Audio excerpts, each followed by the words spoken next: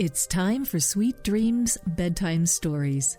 Hi, I'm Ruthie Hart, and today's story is the classic story of the 3 Little Pigs. So snuggle down in your bed and get ready for a story today. Once there were 3 little pigs who lived in a snug little house with their mother. When they were old enough to fend for themselves, they knew they must leave the barnyard and set out to make a living. Now, their wise mother told them that the first thing each must do for himself was to build a sturdy house to live in. This they all promised to do. The first little pig set out. He had not gone far when he met a man with a load of straw. "Please, will you give me some straw to build my house?" the little pig asked. So the man gave him the straw. The little pig worked hard to build his house of straw. He had just finished it and was settling in when a wolf came to his door calling, little pig, let me in, let me in." "No, not by the hair of my chinny chin chin," answered the little pig. "Then I'll huff and I'll puff and I'll blow your house in," shouted the wolf. And he huffed and he puffed and he blew away the little straw house and ate up the first little pig. Then the second little pig set out. And he had not gone far when he met a woodcutter with a load of twigs. "Please, will you give me some twigs to build my house?" the little pig asked. And the kind woodcutter gave him the twigs. The little pig worked hard to build his house, and the last twig was just in place when the wolf came to his door calling, little pig, let me in, let me in." "No, not by the hair of my chinny chin chin," said the second little pig. "Then I'll huff and I'll puff and I'll blow your house in," shouted the wolf. And he huffed and he puffed and he huffed and he puffed and he blew away the house of twigs and ate up the second little pig. Now the third little pig set out, and he had not gone far when he met a builder with a load of bricks. "Please, will you give me some bricks to build my house?" the little pig asked. And the kind builder gave him the bricks. Now this little pig built a sturdy house.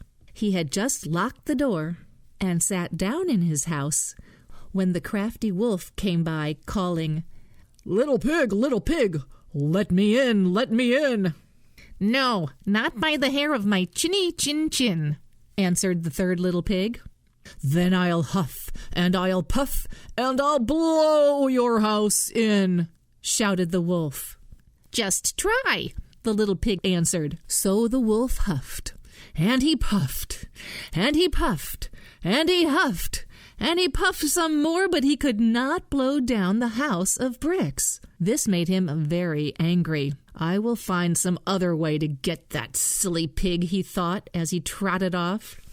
Soon the wolf was back. In a voice as sweet as honey, he called to the little pig, "Meet me at 5 o'clock tomorrow morning at Farmer Smith's gate, and I will show you where his best corn grows." "Thank you kindly," said the little pig. "I will." But long before 5 o'clock the next morning, the pig ran out and picked a basket of roasting ears and was safely back home before the wolf reached Farmer Smith's gate. Now the wolf was angrier still. "I will find some other way to get that silly pig," he thought. "Meet me in the orchard at sunset, my friend," he called, "and I will lead you to the russet apple tree." "Agreed," said the little pig. But an hour before sunset, he found the russet apple tree and had filled his basket. He was just climbing down when he saw the wolf coming up the hill. "I got here a little early," the little pig called out to him. "Here, do try one of these sweet russets." He tossed an apple so that it rolled down the hill. The wolf ran after it, and the little pig took his basket and slid down the tree and ran home as fast as he could. Now the wolf was very angry indeed. "I must think of another way to get that silly little pig," he thought. "I'm going to Banbury Fair tomorrow," he told the little pig through the window that evening. "Meet me there at 3 o'clock, my friend, and I will lead you to the best bargains." But the little pig went to the fair at noon and bought a fine butter churn. As he was coming home, he spied the wolf coming up the slope from the village. Quickly, he turned the churn on its side and hopped in and started rolling down toward the wolf. It struck the wolf, who, not knowing what had hit him, ran off into the wood. The next day, the wolf, angrier than ever, climbed to the roof of the little pig's house. "I'll get you this time, little pig," he called down the chimney. "I'm coming down now to eat you."